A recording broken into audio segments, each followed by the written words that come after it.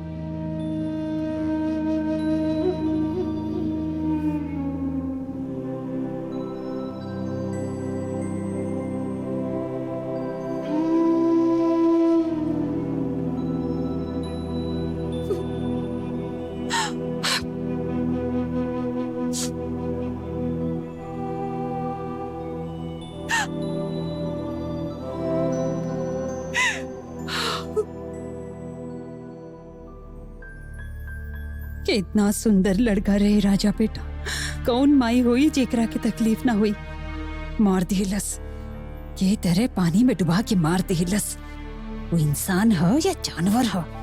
तो हमार माई के कहीं देख ले हो। जैसन बदमाश रहे वैसने ओकर हाल भइल ह। अब समझ में आई आटा दाल के भाव। पाप ना बाप के भी ना छोड़ेला। हाँ अब जेल में चक्की पीसी त समझ में आई। हाँ बोला ना हमार माई के कहीं देख ले हो। हाँ देख ले आई हम तोहार माई के। वो तितली बन के बगीचा में एहर ओहर उड़त हई। नाटक देखो ही लड़की के। माई के देख ले हो कहीं। तोहार माई केहर जाए बोल। जाए खातिर कौनो जगह भी है का। कहीं जाए लायक हई का। जाके देख लाज के मारे कहीं मुंह लुका के बैठल होई। एकर नाटक शुरू हो गई। जो जो यहाँ से सवेरे सवेरे दिमाग खाए आई गईली। जो जो जो दूर हट यहाँ से दूर हट। हमरे माथा पर सब आवेला। माई के देख ले हो। सवाल तो देखा जाबे की ना।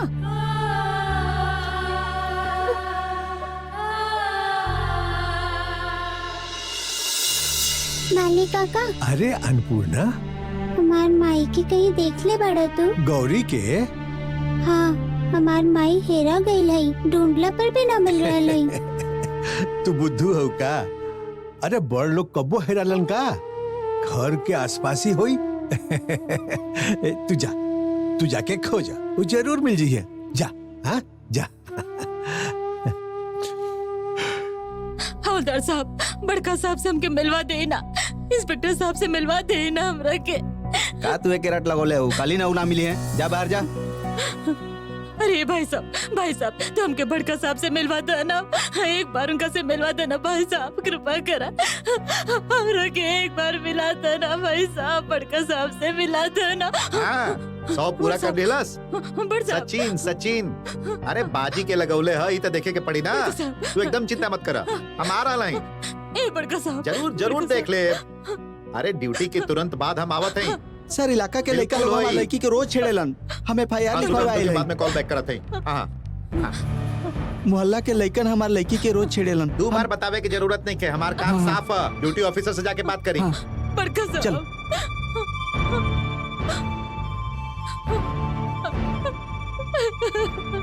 अरे अन्नपूर्णा सनातन काका। चाबी कहवा। चाबी कौन सा चाबी। बाबू साहब के गाड़ी की चाबी।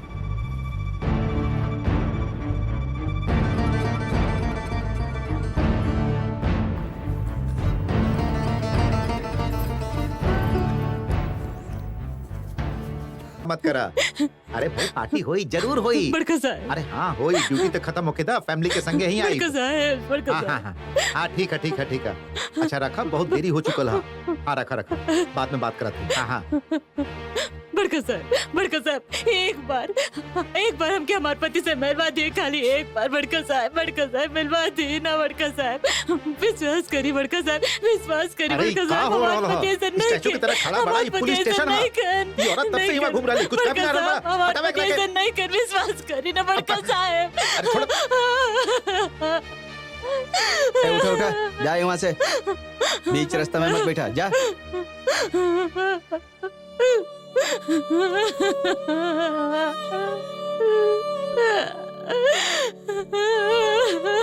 सुना,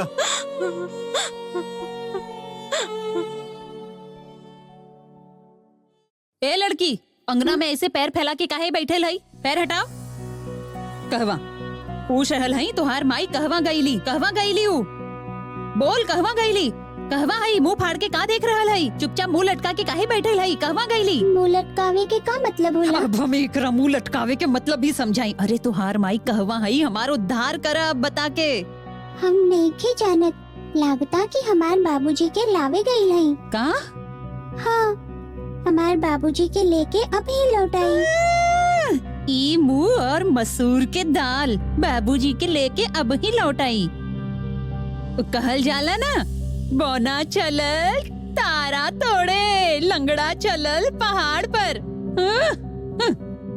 मौसी सुनो ना, हमके न बहुत भूख लागल है, कुछ खाए के देबू का? तू हमार माथा खाइबे?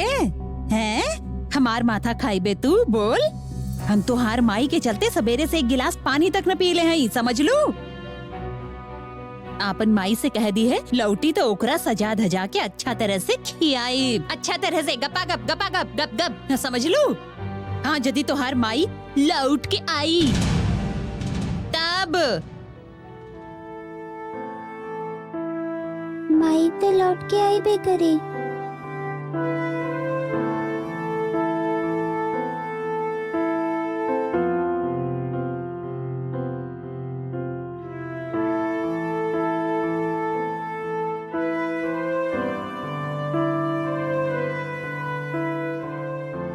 माई आई तो हम माई से बिल्कुल बात न करब। हमके छोड़ के माई चल गई ले, अब हम का खाई? अभी तक माई काहे न लौट के आईली? दुर्गा माई, माई और बाबूजी के जल्दी से लौटा दो ना दुर्गा माई। और जब तक माई लौट के ना आवे तब तक ये दिया जरत रहे।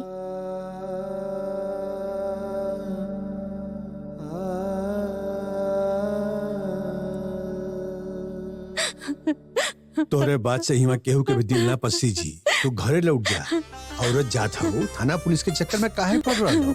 अब विश्वास करी भाई साहब, अन्नपूर्णा के बाबूजी कुछ भी नहीं के कैलन। वो बिल्कुल निर्दोष बाड़न। ठीक है, वो कोई निर्दोष काम ना बाड़न, हम कैले मान लेते हैं तुहार बात। बाकी तू का एकर कोनो सबूत दे सकेलू? एगो बात बतावत है, सुना। ई दुनिया में रोवे धोवे से कोनो काम ना बनेला। यहाँ रहो। ई का? ई अभी तक इहमे है। सर यह बात हमें करा के समझाओ तरह कि तू ये हमारे समझावे की जरूरत नहीं है, जल्दी से करा के विदा करा। जी सर, जा जा तू अब ही। तू जा जा जा जा जा जा जा। सुना, एगो रास्ता है हमार सर। हाँ,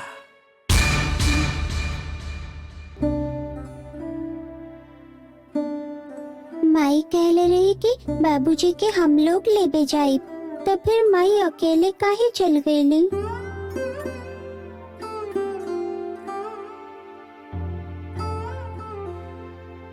माई घर के कोनो काम भी न करके गईली, अब सब काम हमके ही करे के पड़ी।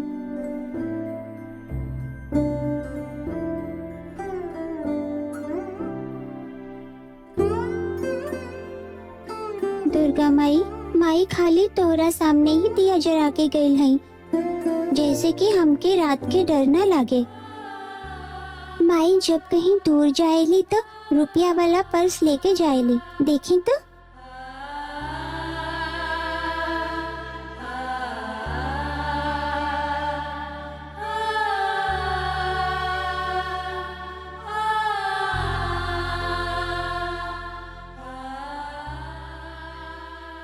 ना एवा तो नहीं खे। तो का माई बाबूजी के लावे खातिर कहीं दूर गई है? 250 रुपया। एकरा के तू अपने पास ही रखो। काहे? हमके नहीं लागत कि इतना कम रुपया से सर के दिल पर सीजी। ना ना और भी है। ये गला के चेन है, हमार कान के बाली, बस इतना ही दौलत है हमरा पास। ये सबसे ना हुई यदि ये सब हम बड़का साहब के दे दी तो। ये सबसे कुछ भी ना हुई। जा तू रात से यहाँ हो, अब तू जा घरे जा। हमारे पति के छुड़ावे खातिर कितना पैसे लगी? बहुत ज्यादा लगी, तू ना दे पैबू। कितना? कम से कम 5,000 तो होके के ही चाहिए, ना तो सर मुड़ के भी ना देखी है। जुगाड़ कर पैबू तू?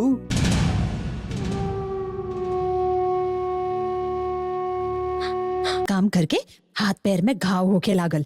हाँ? इतना लोग घर में बाड़न, बाकी सब काम धाम चंचला करी। हमके ना बहुत जोर से भूख लागल है। तो हम का करी? तोहार पेट में आग लागल है तो हम ओकरा कैसे बुझाई भला? आपन माई के बुलाओ, उहे तो के खाना दे।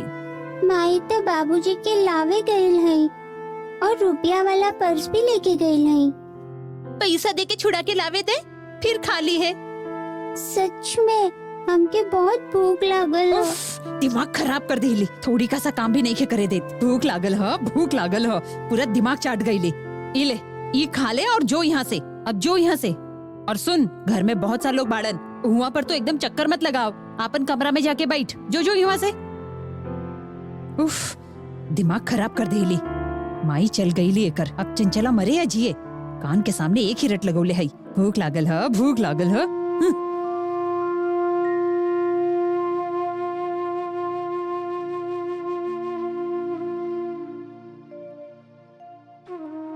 तू जब दोनों हाथ जोड़ के दुर्गा माई के प्रणाम करेलू ना, तो दुर्गा माई भी तुहार बात सुनेली।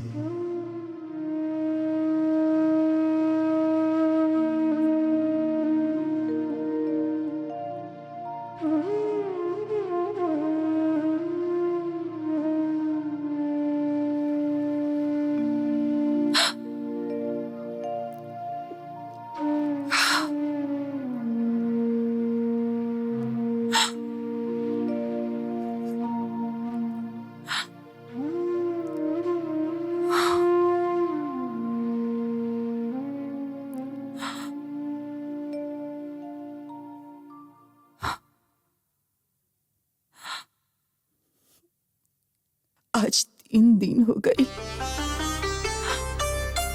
राजा हमके छोड़ के चल गई। हाँ ना शांतनु,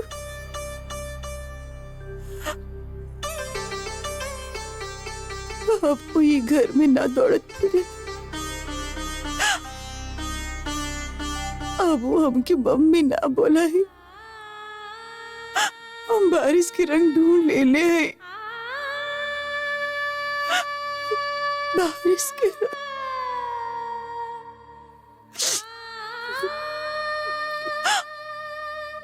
हम अब आपकी दोस्त ना देव शांत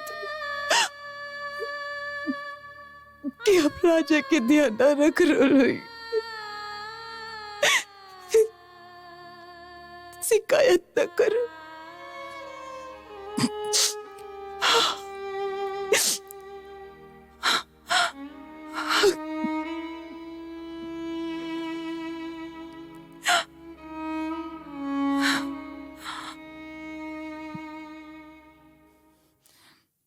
शांतनु,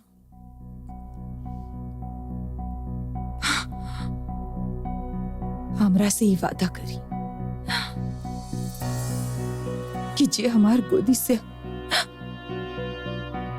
हमार राजा के छीन लीलस,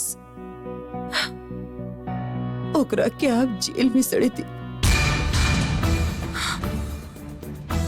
वादा करी संत। रीना, प्रॉमिस करी।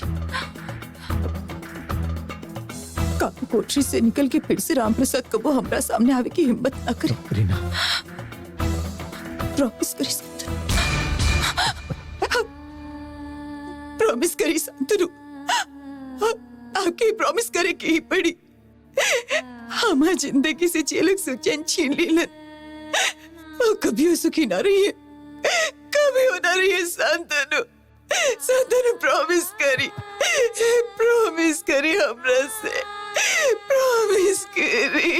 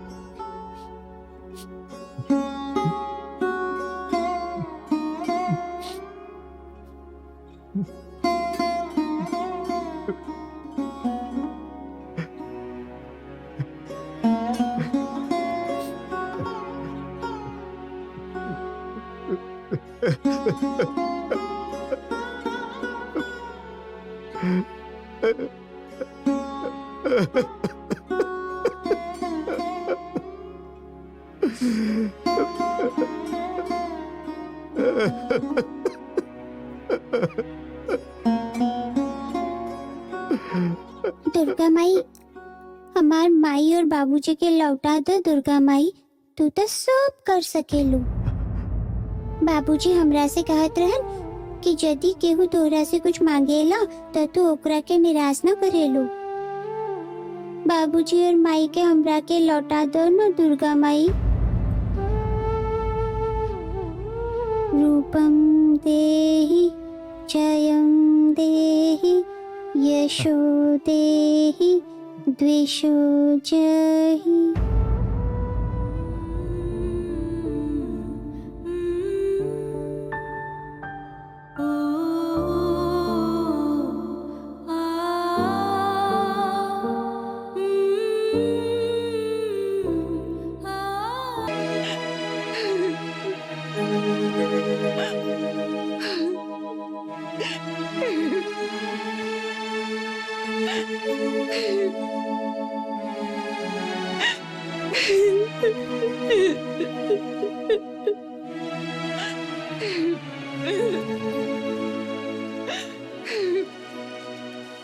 आप हमरा से वादा करी